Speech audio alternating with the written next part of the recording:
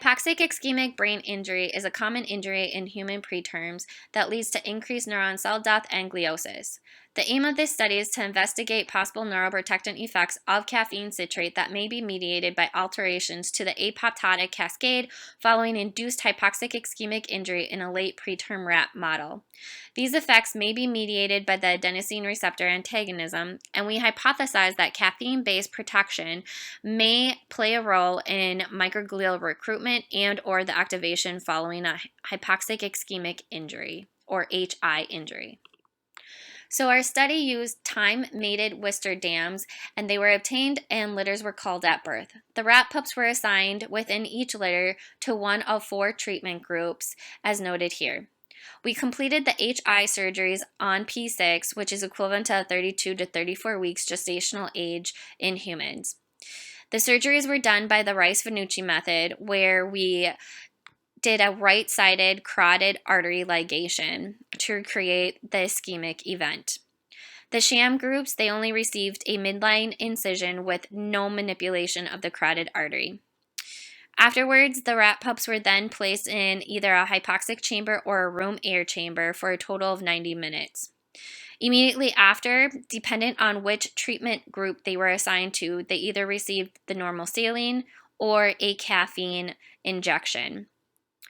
Once again, they then received the additional injection at 24 hours, and then the animals were sacrificed at 48 hours. The brains were then fixed and paraffin embedded and mounted, and then immunofluorescence staining was completed with ionized calcium binding adapter molecule 1 antibody, or IBA1, to stain for the microglial cells. That is shown in green. We also then stain the DNA or nuclei with DAPT, which is shown in blue. Images of all 4 treatment groups is shown in figure 2. Our results for figure 3 show with our DAPT markers that with the combined sham group compared to our combined HI group, there was a statistical difference seen. As seen here with the DAPT, when there is more cell condensation, that means that there's an increase in cell death. So with our data, we do see that with the HI combined groups, there is increased cell death. Now, it is important to note that there is no statistical significant difference between the HI saline treated and HI caffeine treated group, but this is likely related to the short time frame of when the animals were sacrificed. Apoptosis can occur from hours even through beyond a week after the initial injury. And once again, we sacrifice these animals at 48 hours. We then evaluated our microglial cells. We first looked at an overall intensity measures with the IBA1 intensity markers. And we saw that with our HI saline group that there was indeed an increase in intensity markers, suggesting that there was an increase in our microglial cells. However, it is important to note that optical intensity can only measure the number of microglial cells, not the activation. Therefore, we did have to further measure the actual microglial body cell size to determine the activation, and that's shown in figure 4.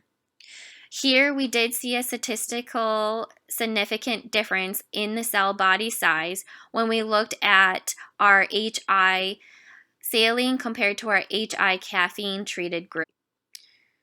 We noted that with the right hippocampus of our HI saline group compared to the right hippocampus of our HI caffeine treated group that there was a reduction in the body size in the HI caffeine group, suggesting that there's a reduced microglial activation in the HI caffeine group.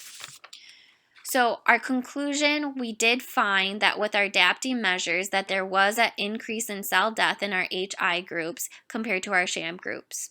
In addition, there's a reduced microglial activation with the HI caffeine group, which provides possible insight into the mechanism of action of our therapeutic caffeine in a preterm hypoxic ischemic injury model.